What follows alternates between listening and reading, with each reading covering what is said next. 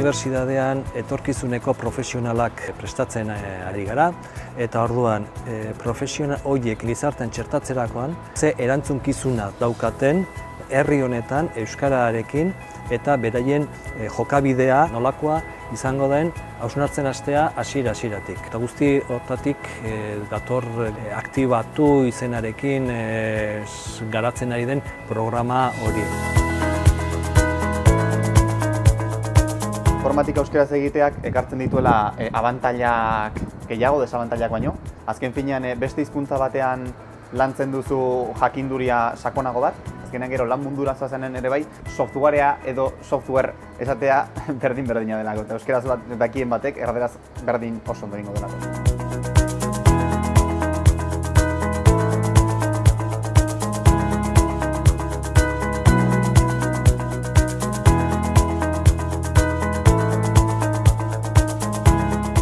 Klasterrean garatu dute metodologia bat, tresna bat, EUSLE metodologia, edozein tresna bezala, adaptatu behar dugu gure beharrei egokitzeko. Euskaldun askok milaka aldiz entzun deguna, por aktiba y por pasiva, hizkuntza ohiturak ezin dira aldatu. Bueno, guk horri ez diogu buelta ematen goiti bera, baina bai iruditzen zaigu esperientzia hauetan badaudela oinarriak esateko. Bueno, baldintza egokiak sortzen dianean hizkuntza ohitura batzuk aldatu litezke. Ze baldintzak sortuta jendeak komodo xamar eman ditzake aldaketa batzuk eta zeintzutan ez ditu ematen. Gure ustez, hortik dago terrena handia lan egiteko. Formazio bat soziolinguistika klusterrak eman duena, hizkuntzen kale erabileraren neurketan aditua beraie dira, eta orduan egin duguna izan da, kalea egiten den hori egokitu eta unibertsitatean neurketa hori aplikatzeko bidea egin dugu.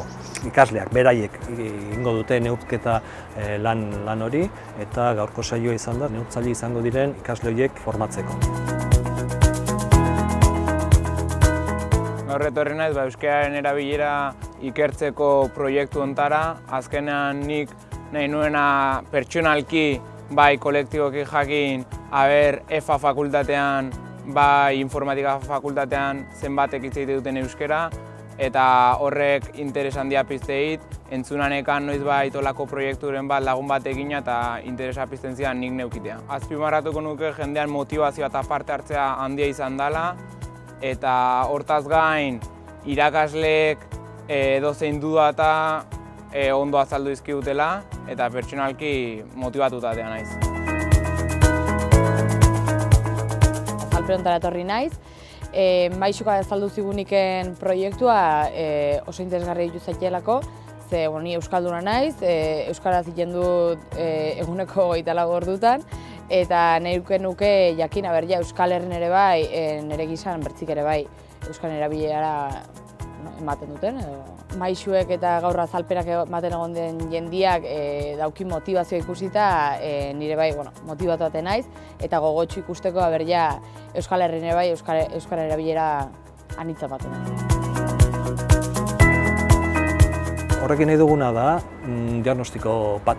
Inongo unibertsitatean, hemen gure ingurunean ez da holakorik egin, eta orduan egin nahi duguna da hori ikusi zein den euskararen erabilera eta euskararekin batera beste hizkuntzen erabilera ikasle zein ikasle ez diren beste kolektiboen artean lan formaletik kanpo. Alegia, gune naturaletan, pasilloetan, ibilbidetan, tabernan eta holakoetan. Diagnostiko horrek emango digu datu bat, eta datu horren gainean gero esandako aktibatu programa horren barruan zein beste ekintzak edo interbentzio planteatu ote daitezkeen baztertzeko baliagarri izango zaigu dudarik gabe.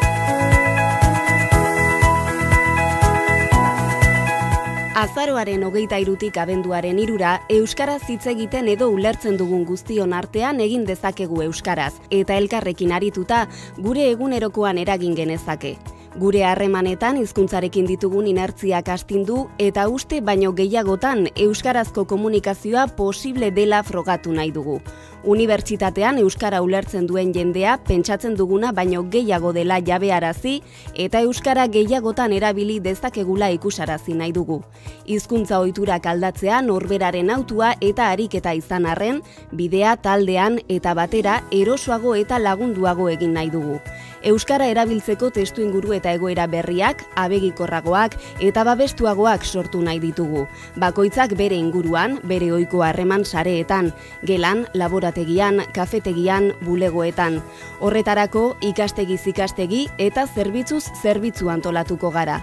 Nahi duzun lekuan izena eman eta ondoren zure ingurukoekin parte hartzea proposatzen dizugu esperimentu honetan.